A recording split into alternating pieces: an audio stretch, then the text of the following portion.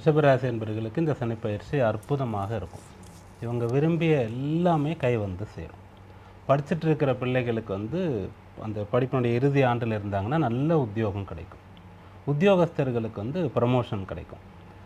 சொந்த வீடு இல்லாதவங்களுக்கு வீடு கிடைக்கும். ஆல்ரெடி வீடு இருக்கக்கூடியவங்க மேலே கட்டுவாங்க, பக்கத்தில் வாங்குவாங்க, இன்னொரு வீடு அவங்களுக்கு கிடைக்கும். 2 வீலர் இருந்தால் 4 வீலராக அப்கிரேட் ஆகலாம். அப்படி எல்லாருக்குமே அவங்கவுங்களுடைய தகுதி விருப்பத்திற்கு ஏற்ப அற்புதமான பலன்களை இந்த சனிப்பெயர்ச்சி கொண்டு வந்து கொடுக்க போகுது.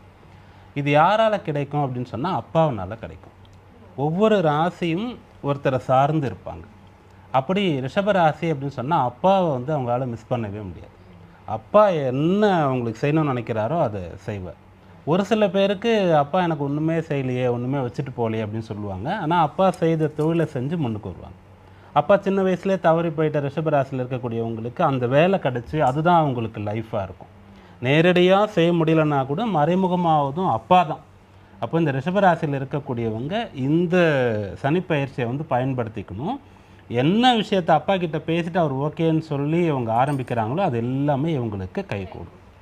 ரெண்டாவது, திருமண விஷயங்கள் இவங்களுக்கு நல்லபடியாக நடக்கும். திருமணம் ஆனவர்களுக்கு புத்திர பேர் கிடைக்கும்.